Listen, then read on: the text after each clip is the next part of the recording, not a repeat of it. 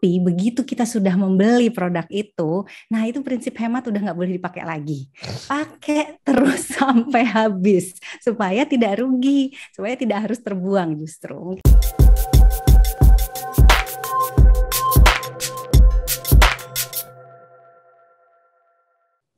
Bergerak bersama Pulihkan Indonesia. Masih di Rumpi bareng sama Stylo. Ada Editor in Chief-nya Stylo Indonesia, Kak Ido. Dan juga ada Dr. Dian Pratiwi, SPKK ya, teman motion. SPKK itu apa? SPKK adalah spesialis kulit dan kelamin. Jangan lupa ya. Nanti one day di beberapa, di setiap kita ngobrol gitu ya, aku tuh selalu tertarik dengan dokternya tuh sekolahnya apa gitu ya Kak Ido ya. Karena ternyata dokter-dokter ini tuh semua pada doyan sekolah ya. Pada doyan sekolah.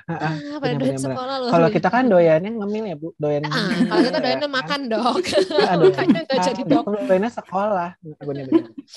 Oke, kita akan baca ini teman motion, pertanyaan-pertanyaan yang udah di drop di postingan @motion975fm dan juga stylo.indonesia. Yes. Jadi pertanyaan pertama ada dari Biandra. Hai, mau tanya, tapi bukan skincare. Jadi pernah dengar nih kalau make up kadaluarsa selain eyeshadow dan lipstick tuh nggak apa-apa dipakai aja. Oke, sebentar. Selain eyeshadow dan lipstick apa ya? Blush on mungkin gitu. Bedak maksudnya. Bedak ya. Kalau bedak sudah pasti gatel ya saya kalau kadaluarsa. Gatel. Gimana dok? Tolong dijawab. Iya nih, jadi udah pastikan jawabannya ya. Jawabannya tidak, jangan. Jadi kalau bisa memang pokoknya semua makeup atau skincare yang memang sudah kadaluarsa tidak digunakan. Ya oke sih, mungkin adalah beberapa exception seperti tadi misalnya, aduh moisturizer, terus masih banyak sekali baru aja lewat dari kadaluarsanya. Nah ini bisalah kita gunakan untuk area-area badan lainnya. Kalau memang masih memenuhi syarat dari sisi tampilan, tekstur, bau gitu ya, tactile semuanya masih oke lah. Tapi kalau ini adalah yang vital-vital banget, deket bibir, deket mata gitu ya. Aduh ngeri. Ya rasanya jangan gambling, lebih baik udahlah dihempaskan saja.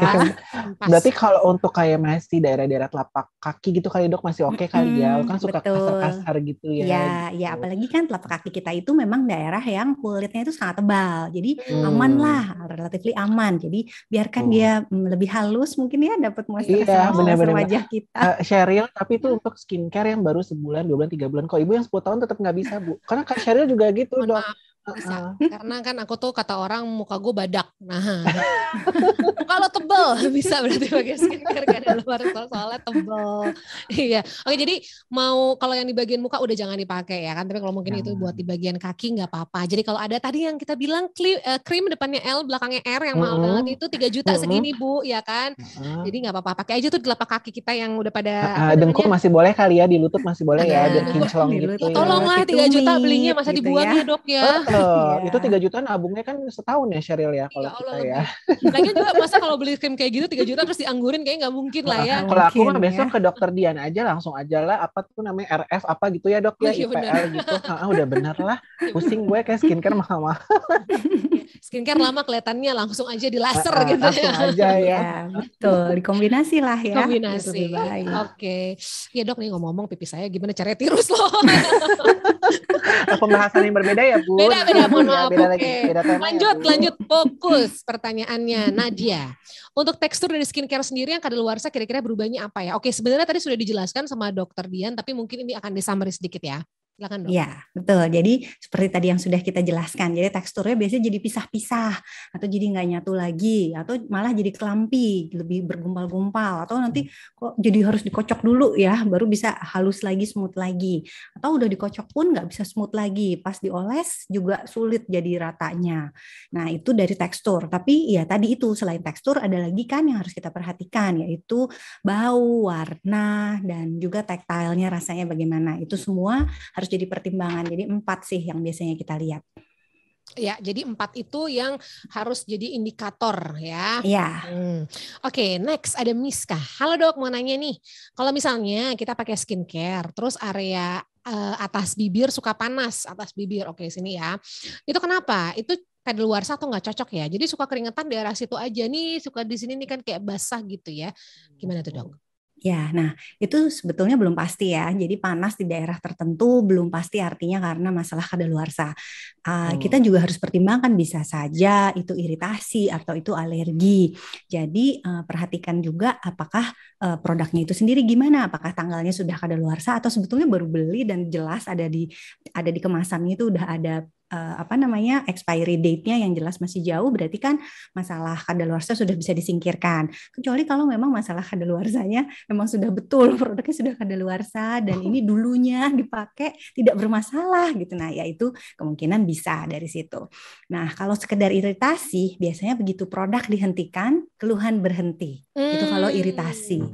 Nah, tapi satu lagi alergi nih saudaranya. Kalau alergi, produk dihentikan, proses tidak berhenti. Makin parah terus. Nah, itu tidak bisa stop sendiri. Itu biasanya nanti harus ke dokter. Nanti biasanya dokter akan memberikan krim-krim yang untuk anti alergi supaya menahan dan apa namanya membuat reaksi alerginya jadi tenang kembali.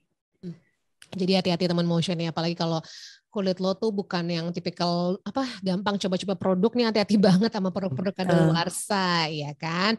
Oke, satu lagi Dok pertanyaannya. Kalau skincare kadaluarsa itu harus dibuang ya? Enggak sayang, harus ditumbuk. Enggak. Ini dari Sun ya. Kalau skincare kadaluarsa itu harus dibuang ya? Terus sebaiknya per berapa mili harus habis dalam jangka waktu berapa lama? Oke Dok, silakan. Ya, jadi ya betul ya harus dibuang, tapi buangnya tentunya bukan berdasarkan milinya, udah sekian mili habis atau bagaimana tidak. Tapi ya tadi kembali ya berdasarkan tanggalnya dan PAO-nya, period after opening-nya. Maka itulah kenapa kalau kita saat kita membeli sebuah skincare, kita sebenarnya sudah bisa berhitung sih, ini akan sampai nggak ya, habis nggak ya kita gunakan. Misalnya itu hanya untuk wajah, kemudian kemasannya itu misalnya 100 miligram, 100 gram gitu ya, misalnya itu kan besar sekali. Sementara ini tanggal kadaluarsa tinggal 3 bulan nih, tapi lagi diskon gitu kan.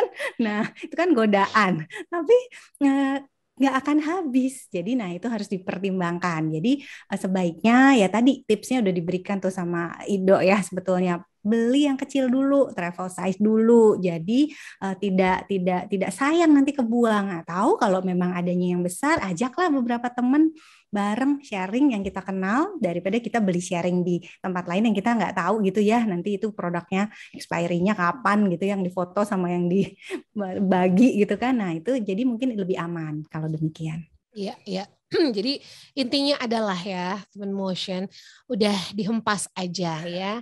Kalau mantan aja udah kadaluarsa kan kita hempas, bener nggak? Betul banget, pengen langsung nyaut kan, hempas aja. Makanya yang udah kan kalau udah mulai kadaluarsa kata dokter kan udah mulai bau-baunya berubah. Ini bau-baunya orang udah berubah udah kita hempas aja. Udah mulai susah dikontak. Fokus ya. Saya jadi nggak fokus tuh kalau ngomongin mantan. Aduh, seru banget pembahasannya Dok. Mungkin ada closing statement mungkin dari dokter mengenai skincare yang kadaluarsa ini untuk teman motion lagi dengerin. Ya, jadi mungkin tips kecil saja kali ya. Pada saat kita memutuskan akan membeli sebuah skincare, nah itu kita harus penuh pertimbangan, kita harus pikirkan hemat-hematnya, demikian itu semua harus dipertimbangkan. Jadi berhemat-hemat nih, cari kemasan yang paling sesuai untuk kebutuhan kita. Tapi begitu kita sudah membeli produk itu, nah itu prinsip hemat udah nggak boleh dipakai lagi. Pakai terus sampai habis, supaya tidak rugi, supaya tidak harus terbuang justru. Mungkin itu aja tip kecilnya, dan pastinya kalau sudah kadaluarsa sudah hempaskan saja. Oke, itu tips yang sangat luar biasa. Jadi kalau udah dibeli teman motion, jangan hemat-hemat. Kalau belum dibeli harus pikirin. Ya, pakai nih sampai di leher-leher pakai sampai semua. Leher bagus. Semua ya kalau pakai teman-teman. Kan karena kan harganya 3 juta kan kita pakai cuma setitik doang ya Sheryl ya. Iya Allah belinya 3 juta. Sayang. Kadaluarsa. Kadaluarsa betul. Oke, kalau dari Kaido apa Kak? Kalau dari aku kembali kayak ke tadi sih, Sheryl, yang penting gini, beli produk yang harus cocok di kulit, dan yang kedua tuh harus diperlukan gitu. Jadi jangan juga belinya cocok tapi semuanya dibeli gitu, jangan juga. Jadi memang yang kamu butuhkan, kulit kamu butuhkan, sama tentunya cocok dengan jenis kulit plus cocok dengan kantong. Jangan dipaksain ya Dok ya gitu, karena nggak ada istilah skincare yang harganya 20 juta itu akan kasih impact yang sama dengan orang yang sama, karena setiap kulit itu berbeda. Betul ya Dok ya? Betul. Betul sekali. Aduh Kaido. Oke. Wow, kayaknya nggak berasa ya udah 1 jam kita ngobrol-ngobrol ya. Teman Motion tuh kalau misalnya dengerin ya, coba mungkin mau diulang lagi bisa di YouTube-nya Motion supaya tahu sebenarnya harus diapain sih skincare yang kadaluarsa itu ya Yes, kan. Tapi betul betul. yang paling penting adalah gini, ini ada satu juga nih jangan lupa ya, kan kita tuh kalau misalnya skincare untuk kita supaya terlihat cantik ya kan, supaya kita terlihat menarik gitu ya. Tapi jangan lupa kalau ngomongin soal perempuan, setiap perempuan itu berhak dan layak disebut cantik tanpa terkecuali loh teman Motion. Makanya biasanya kalau kita dengar-dengar kisah inspiring story gitu ya, mungkin buat para perempuan-perempuan yang mungkin pertama kali berhijab, terus juga bullying yang penyintas bullying, beauty shaming ini seru banget. Sampai yang katanya ada juga yang pejuang jerawat. Nah, ini adalah cerita-cerita inspiring yang bisa teman Motion dengerin juga di podcastnya Stylo. Nama podcastnya adalah Semua Bisa Cantik. Betul begitu bosnya Stylo? Betul, betul banget. Jadi bisa langsung di search udah episode kedua nih dan kita udah nyiapin banyak banget cerita-cerita inspiratif. Jadi dari soal kecantikan batinia ya, pertama kali berhijab, stop beauty shaming, cerita bullying sampai ke nanti ke skincare, ke makeup dan semua-semuanya. Jadi lengkap tuh Sheryl. Kecantikan batinia, kecantikan lahiriah tinggal didengerin enak banget dan bakalan menampilkan sosok-sosok baru, inspiratif yang muda-muda yang bukan yang terkenal tapi justru akan memberikan sharing yang berbeda gitu. Ini benar-benar yang real ya, real story. Real story dan akan ngasih insight tuh juga real juga tuh, Sheryl. No tipu-tipu, no settingan. No, benar. Okay. Gak ada uya-kuya di dalamnya ya, berarti nggak ada Bu, nggak ada hipnotis ya Bu ya, nggak ada ya Bu.